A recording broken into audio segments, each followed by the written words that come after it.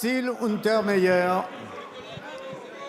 Merci, Monsieur le Président. Mes chers collègues, ma question s'adresse au garde des Sceaux. Monsieur le ministre, comme beaucoup de députés, j'ai assisté dernièrement aux audiences solennelles du tribunal de grande instance, du Conseil des prud'hommes et du tribunal de commerce de ma circonscription. Ces audiences sont un symbole très fort et un moment important qui permet aux chefs de juridiction de faire le bilan de l'année écoulée et d'évoquer les perspectives. À Chalon-sur-Saône, nous avons eu la satisfaction d'inaugurer le service d'accueil unique du justiciable, le SAUJ, le premier mis en place dans le ressort de la Cour d'appel, un dispositif que nous avons récemment créé ensemble par la loi de novembre 2016 sur la justice du XXIe siècle. C'est l'expression concrète d'un service public de la justice proche des gens et des territoires. Pour cela, il a fallu mettre des moyens supplémentaires. Le budget de la justice pour 2017 a progressé de 520 millions d'euros.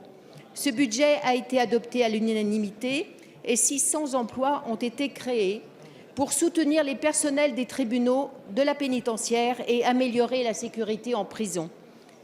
C'est avec une justice forte qu'un pays peut aller de l'avant, mais cette justice doit être dotée conséquemment en moyens budgétaires et humains. Et nous savons que vous savez que les efforts doivent être poursuivis. Au moment où les audiences solennelles de ce début d'année sont l'occasion de faire le point sur les moyens dédiés, alors qu'il y a un an, Monsieur le ministre, vous faisiez de la question budgétaire votre priorité, pouvez-vous nous dire ce qu'il en est aujourd'hui et votre analyse sur cette question majeure? Merci. La parole est à Monsieur Jean-Jacques Urvoas, garde des Sceaux, ministre de la Justice. Oui, merci Monsieur le Président, Madame la députée Untermeyer. D'abord, merci à vous comme à tous les parlementaires qui assistent aux audiences solennelles qui ont lieu en ce moment dans les juridictions. C'est une manifestation de l'attention que nous portons tous au bon fonctionnement du service public de la justice. Vous avez raison de rappeler qu'il y a un an, j'avais utilisé des mots très sonores pour indiquer la situation du service public de la justice. Et je dois vous dire que grâce aux efforts qui ont été acceptés par le Premier ministre Manuel Valls, nous avons pu faire beaucoup déjà dans les juridictions. Je donne juste un chiffre. Dans la cour d'appel de Colmar, ils ont débuté l'année 2016 avec un peu moins de 3 millions de dettes. Ils ont débuté l'année 2017 avec 430 000 euros de dettes.